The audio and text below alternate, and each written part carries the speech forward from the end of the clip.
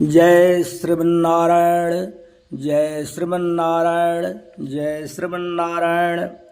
इस वर्ष वैशाख कृष्ण पक्ष की एकादशी दिनांक 4/5/2024 दिन शनिवार को मनाया जाएगा। वैशाख मास के कृष्ण पक्ष की एकादशी को बरुथनी एकादशी कहा जाता है। इस दिन भगवान की मधुसूदन रूप की पूजा करनी चाहिए। इस व्रत को करने से भगवान मधुसूदन की प्रसन्नता तो प्राप्त होती ही है, संपूर्ण पापों का नाश भी होता है और व्रतकर्ता को सुख एवं सौभाग्य की प्राप्ति होती है। धर्मराज युधिष्ठिर ने भगवान श्री कृष्ण से पूछा कि वैशाख मास की कृष्ण पक्ष की एकादशी का क्या नाम है, उसे किस विधि से करना चाहिए और कर्ता को किन फलों की प्राप्ति होती है। हे भगवान, हमें समझाने की कृपा करें। भगवान श्री कृष्ण ने कहा कि हे युधिष्ठिर, वैशाख मास के कृष्ण पक्ष की एकादशी का नाम वरुथनी एकादशी है। सौभाग्य को देने वाली है। इस व्रत से मनुष्य के समस्त पाप नष्ट हो जाते हैं और अंत में सुख मिलता है। यदि इस व्रत को कोई दुखी स्त्री करती है तो सुख एवं सौभाग्य की प्राप्ति होती है। इस एकादशी के प्रभाव से राजा मानधाता स्वर्ग को गए, धुंधुमार आदि भी स्वर्ग को प्राप्त हुए। वरुथनी एकादशी के व्रत का फल 10,000 वर्ष तपस्या करने के फल के बराबर है।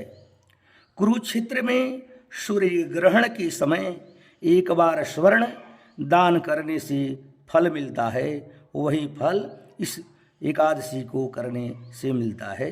इस व्रत के करने से मनुष्य इस लोक में और परलोक दोनों में सुख प्राप्त करते हैं और अंत में स्वर्ग को जाते हैं।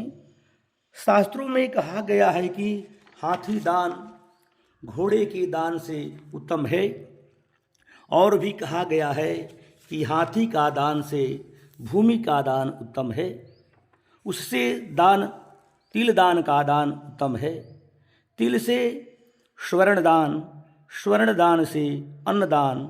संसार में अन्न दान के बराबर कोई भी दान नहीं है। अन्न दान से देवता, पितर और मनुष्य सभी तृप्त हो जाते हैं।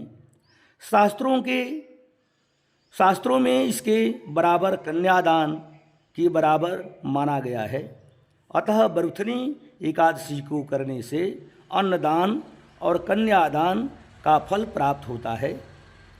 वरुथनी एकादशी को करने वालों को दशमी के दिन से ही आत्मसंयम एवं शुद्ध आहार विहार पर ध्यान केंद्रित करना चाहिए। दूसरों की निंदा से भी परहेज करना चाहिए और यथासंभव महात्माओं का प्रवचन इत्यादि सुनना चाहिए और यथासंभव भगवान का पूजन करना चाहिए।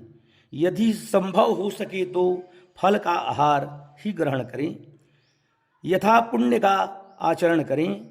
जो मनुष्य इस प्रकार इस एकादशी व्रत को करेंगे उनको निर्धन होने पर भी उत्तम फलों की प्राप्ति होती है।